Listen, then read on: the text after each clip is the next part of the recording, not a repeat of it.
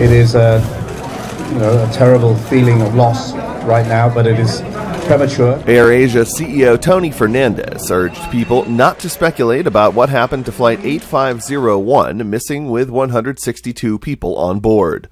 But the head of the Indonesian National Search and Rescue said based on coordinates, they believe the jet is at the bottom of the sea. We were supposed to be on the flight yesterday, the 28th, yes, because there was a relative having a wedding, and the wedding ended quite late.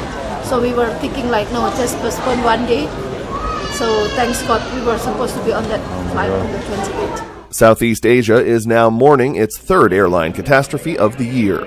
This incident comes more than 5 months after Malaysian Airlines Flight 17 was shot down over the Ukraine. And more than 9 months since Malaysian Flight 370 disappeared after taking off from Kuala Lumpur. That Flight 370 still has not been found. There is greater hope for finding the AirAsia plane because it disappeared in relatively shallow water that is well mapped. Flight 370 went down in the deep water of the Indian Ocean. Controllers realized the AirAsia flight was missing 1 minute after it disappeared, helping to narrow the search. By way of comparison with the Malaysia Air flight, it took controllers 17 minutes to realize it was gone.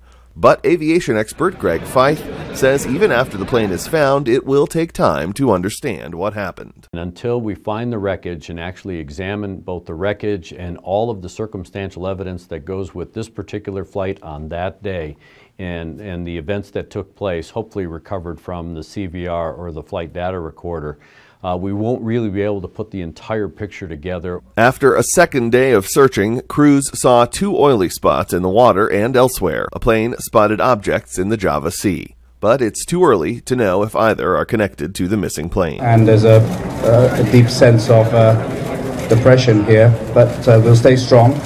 And our first priority now is to look after the families.